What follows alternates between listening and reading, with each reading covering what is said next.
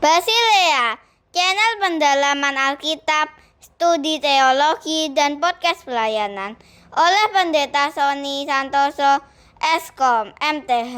Like, subscribe, and share, dan selamat menonton. Shalom sahabat Basilea, jumpa lagi di PA kita hari ini yang kami beri judul Yesus Imajiner. Yang dimaksud imajiner adalah Yesus yang hanya ada dalam imajinasi kita, imajinasi manusia yang menciptakan Yesus sesuai dengan keinginan mereka, menggambarkan Yesus sesuai dengan kebutuhan mereka, bukan pada apa yang Alkitab kisahkan dan katakan tentang siapa Yesus itu. Nah, mari hari ini kita belajar membedakan Yesus Alkitabiah, Yesus yang asli, dengan Yesus imajiner, Yesus yang tidak ada dalam Alkitab, Yesus yang hanya ciptaan manusia. Yang betul adalah Yesus pencipta kita, bukan Yesus ciptaan manusia. Demikian juga dengan ajaran-ajaran yang mungkin kita dengar sehingga kita bisa membedakan manakah ajaran yang sejati dan manakah ajaran yang palsu. Saya baca dulu saudara dalam 2 Korintus 11 ayat 4. Sebab kamu sabar saja jika ada seseorang datang memberitakan Yesus yang lain daripada yang telah kami beritakan, atau memberikan kepada kamu roh yang lain daripada yang telah kamu terima, atau Injil yang lain daripada yang telah kamu terima. Jadi saudara sekalian, pada zaman rasul-rasul pun sudah terjadi yang demikian, yaitu ada ajaran yang menyimpang, ada ajaran sesat yang memberitakan Yesus yang lain, yang mengajarkan roh yang lain, yang memberitakan Injil yang berbeda. Nah saudara, karena itu sampai akhir zaman pun, sampai hari ini dan sampai akhir zaman, ajaran menyimpang, ajaran Yesus yang lain selalu ada. Karena itu saudara, mari kita belajar membedakannya supaya kita tidak salah mengikut Yesus yang mana. Nah, jadi saudara, apa sih 3 panduan supaya kita bisa tahu dan bisa belajar dari Yesus yang benar? Yang pertama saudara, kita baca dalam 2 Korintus 10 ayat 4. Karena senjata kami dalam perjuangan bukanlah senjata duniawi, melainkan senjata yang diperlengkapi dengan kuasa Allah, yang sanggup untuk meruntuhkan benteng-benteng. Jadi saudara sekalian, kita diperlengkapi dengan senjata yang bukan senjata dari dunia ini, tetapi senjata kuasa Allah. Karena itu kuasa Allah ini sanggup meruntuhkan benteng-benteng. Benteng apakah itu saudara? Ayat yang kelima, kami mematahkan setiap siasat orang dan merobohkan setiap kubu yang dibangun oleh keangkuhan manusia untuk menentang pengenalan akan Allah.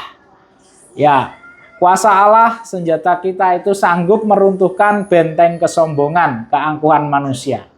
Keangkuhan manusialah yang menjadi penyebab kita terhambat, yang menjadi penyebab kita keliru dalam mengenal Allah. Karena manusia memiliki keangkuhannya sendiri, karena manusia ingin dan keangkuhannya itu yang terjadi. Bukan ingin belajar dari Alkitab, sehingga manusia menciptakan Yesus imajiner karena kesombongannya.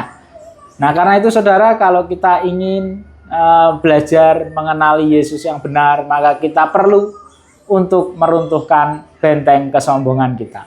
Jangan menjadi manusia yang angkuh, yang sombong, yang merasa paling kuat dan benar, sehingga kita bahkan saking sombongnya manusia itu bisa menciptakan Yesus yang imajiner, yang sesuai kebutuhan mereka. Ini salah saudara.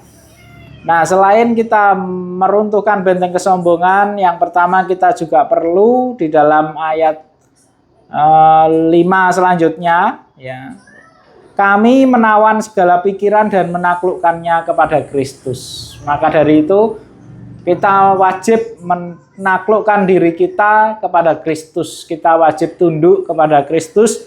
Kita wajib buang segala pikiran di luar Kristus, segala pikiran di luar Alkitab. Karena itu saudara, sebelum belajar Alkitab, mari kosongkan pikiran, kosongkan hati, buka hati, dan terimalah apa yang Alkitab katakan. Jangan mencari pembenaran pikiran kita di dalam Alkitab. Itu yang pertama. Yang kedua, 2 Korintus 10 ayat 17. Namun siapa yang bermegah, hendaklah ia bermegah di dalam Tuhan. Ayat 18. Sebab bukan orang yang memuji diri yang tahan uji, melainkan orang yang dipuji Tuhan. Ya, berikutnya saudaraku, mengenal Yesus yang benar, kita perlu memahami diri, mengubah mindset bahwa kita tidak perlu memuji diri, kita tidak perlu dipuji orang, yang terpenting adalah kita dipuji Tuhan. Nah saudara, banyak kesesatan menawarkan puji-pujian, banyak kesesatan menawarkan meninggikan diri, meninggikan manusia, meninggikan pengikutnya, memberi kenyamanan dan sebagainya. Karena itu saudara, orang yang mencari pujian diri dan pujian manusia akan mudah terseret dan tergoda olehnya. Sebab itu saudara, mari kita cari pujian Tuhan, bukan pujian diri dan pujian manusia. Pujian Tuhan didapat ketika kita melakukan firman Tuhan, ketika kita mengikut Yesus yang benar, ketika kita mengikut dan menjadi pelaku firman Yesus yang ajarkan di dalam Alkitab. Nah saudara yang dikasihi Tuhan, mari kita belajar untuk mencari pujian Tuhan, bukan pujian diri. Sebab hanya pujian Tuhan yang membuat kita tahan uji dan makin setia mengikut Yesus. Dan yang ketiga saudara, belajarlah dari Alkitab secara langsung. Saudara, adalah baik ketika saudara mengikuti khotbah hamba Tuhan, ketika saudara mengikuti renungan-renungan, ketika saudara mengikuti temu-temu, doa, ibadah dan sebagainya. Itu baik dan berguna saudara. Tetapi terlebih dari itu saudara wajib rajin membaca Alkitab, sehingga saudara tahu dengan jelas Yesus yang Alkitab gambarkan. Dan ketika ada ajaran yang berbeda saudara dari Yesus yang kita baca di Alkitab, dari roh yang kita baca di Alkitab, dari Injil yang kita baca di Alkitab, maka kita perlu waspada. Kita punya cross check-nya karena kita rajin baca Alkitab. Orang yang tidak pernah baca Alkitab akan mudah terombang-ambing. Nah demikian saudara, 3 panduan supaya kita bisa mengikut Yesus yang benar, bukan menciptakan Yesus-Yesus imajiner atau mengikut ajaran-ajaran yang berbeda. Selamat belajar Alkitab, Tuhan Yesus memberkati.